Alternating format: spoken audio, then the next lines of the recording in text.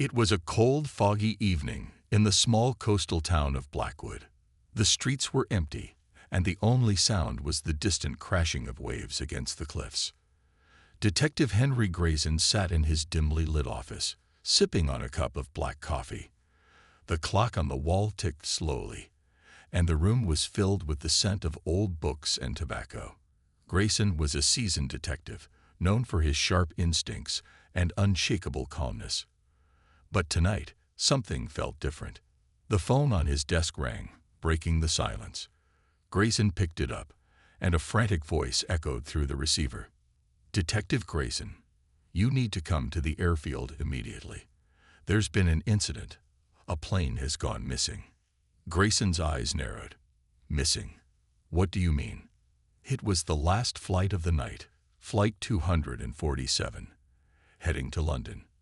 It took off an hour ago, but it never reached its destination. It just vanished." Grayson grabbed his coat and hat and rushed out the door. The airfield was only a few miles away, and as he drove, his mind raced with possibilities. A plane doesn't just disappear. There had to be an explanation. When he arrived, the airfield was in chaos. Police officers, airport staff, and worried onlookers crowded the scene.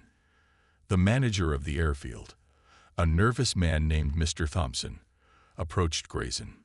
"Detective, thank goodness you're here. We've searched everywhere, but there's no sign of the plane.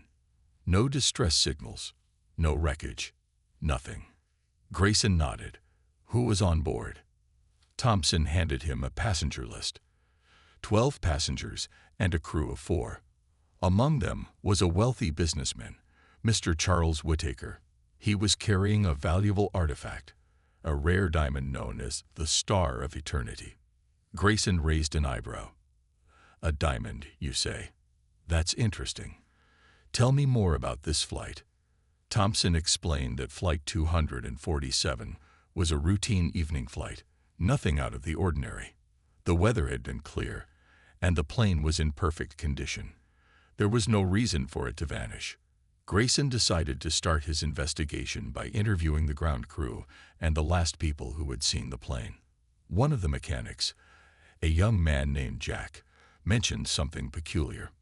"Before the flight took off, I saw a man in a black coat talking to the pilot, Captain Harris. They seemed to be arguing, but I couldn't hear what they were saying.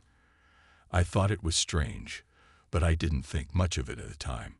Grayson's instincts kicked in. "Can you describe this man?" Jack thought for a moment.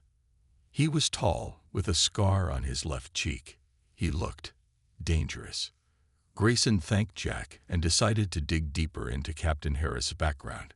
He discovered that Harris had been under financial strain and had recently taken out a large loan. Was it possible that Harris had been bribed or threatened to divert the plane? The next clue came from a local fisherman who claimed to have seen a plane flying low over the ocean around the time Flight 247 disappeared. Grayson followed this lead and organized a search of the area. After hours of searching, they found a life jacket washed up on the shore. It bore the logo of Flight 247. Grayson's heart sank. If the plane had crashed into the ocean, there was little hope for the passengers, but something still didn't add up. Why had there been no distress signal? And what about the man in the black coat? Determined to find answers, Grayson tracked down the man with the scar. His name was Victor Kane, a known criminal with ties to smuggling operations. Grayson confronted Kane at a rundown warehouse on the outskirts of town. "Where is Flight 247? Grayson demanded, his voice firm. Kane smirked. "You're too late, detective. The plane never crashed. It was all a setup. The passengers are safe, but the diamond, well, let's just say it's far from here." Grayson's eyes narrowed. "You orchestrated this whole thing to steal the diamond, didn't you? You bribed Captain Harris to fake the disappearance." Kane laughed. "Smart man, but you'll never prove it." Grayson wasn't so sure.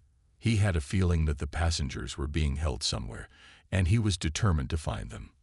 With the help of the local police, he raided Kane's hideout and rescued the passengers, including Mr. Whittaker and the priceless diamond. In the end, Captain Harris confessed to his role in the scheme, and Victor Kane was arrested. The mystery of the last flight was solved, but Grayson couldn't shake the feeling that there were still secrets lurking in the shadows of Blackwood. As he returned to his office, the fog began to lift, and the first light of dawn broke through the clouds.